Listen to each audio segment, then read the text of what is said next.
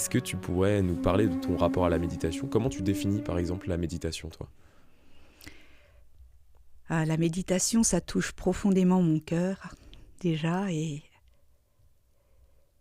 j'ai rencontré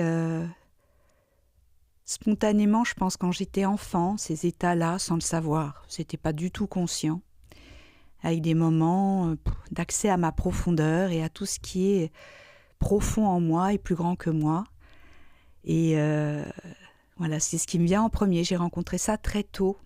Pourtant, j'étais une enfant très Pepsi, très dynamique, mais j'avais des moments, j'ai besoin de moments de solitude et des moments voilà, de rassemblement vers moi.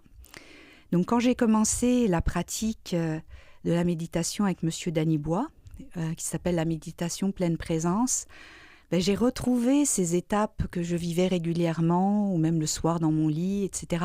Et bien sûr que j'ai approfondi, parce que c'était spontané. Et c'est tout un monde, toute une richesse que j'ai vraiment aimé déployer. Et surtout mettre au service de tout, de moi et de tout mon quotidien. Donc je ne vis pas la méditation que dans un moment où je médite, mais bien sûr aussi, et là j'approfondis, je me ressource, ça m'amène plus loin. Il y a des méditations par exemple hebdomadaires avec mon professeur, Monsieur Danibois, toutes les semaines, et j'adore ces temps de...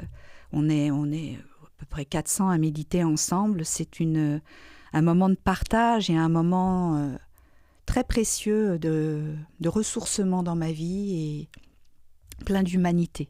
Voilà. Et dans ce type de méditation pleine présence, ça nourrit notre pleine présence à nous-mêmes et à ce qui se passe en nous et autour de nous. Donc c'est très lié au quotidien pour moi.